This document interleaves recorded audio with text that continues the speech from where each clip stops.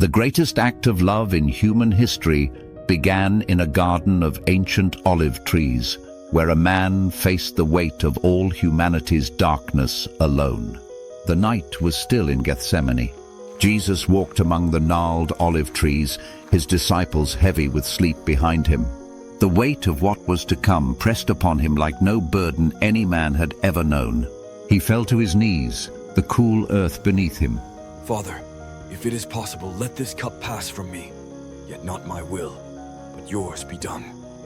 Sweat like drops of blood fell to the ground as heaven itself seemed silent. No man before or since has ever been so alone. Then came the sound of footsteps, the glint of torches through the trees, and the betrayer approached. Judas stepped forward, 30 pieces of silver weighing heavy in his robe. With a kiss, that eternal symbol of affection, he marked the Son of God for arrest. The disciples scattered like startled birds into the night.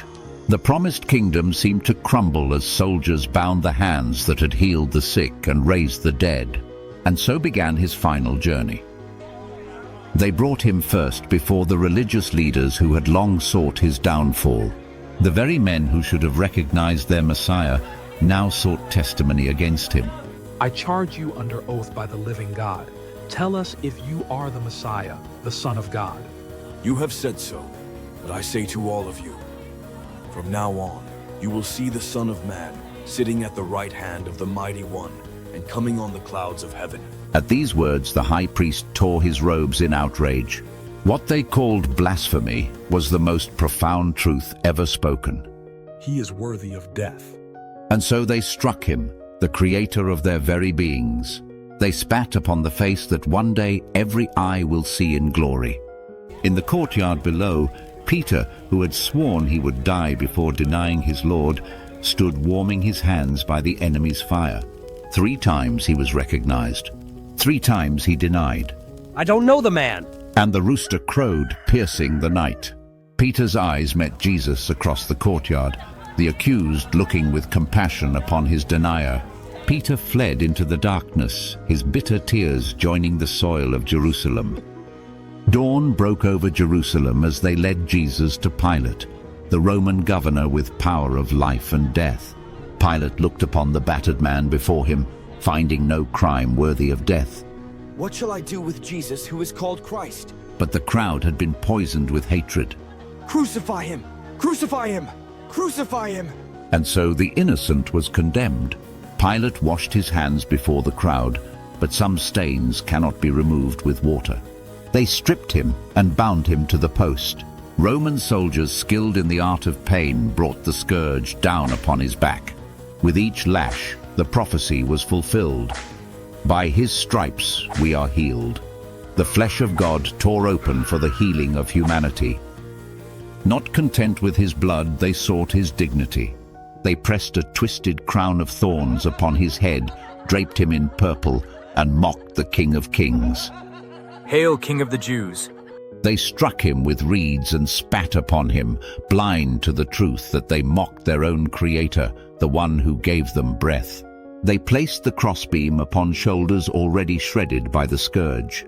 Through the streets of Jerusalem he walked, each step an agony, each breath a battle.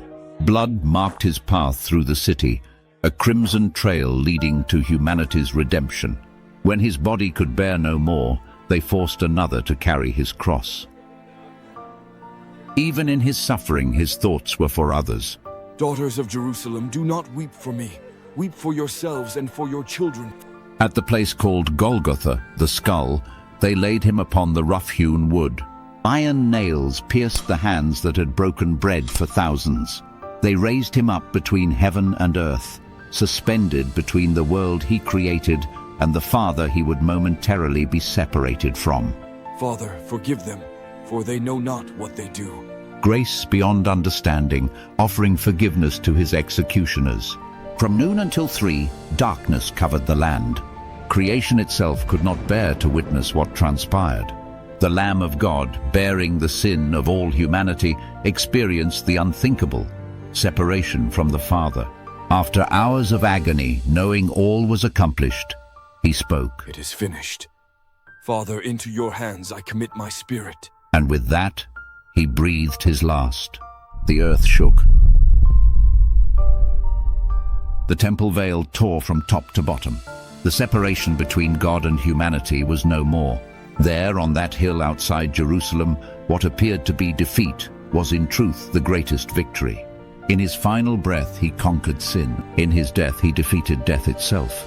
The soldiers who watched declared in awe, "Truly, this was the Son of God." As the sun began to set, they took his body down from the cross. Loving hands wrapped him in linen and laid him in a borrowed tomb. Night fell over Jerusalem. The disciples hid in grief and fear. But Sunday was coming.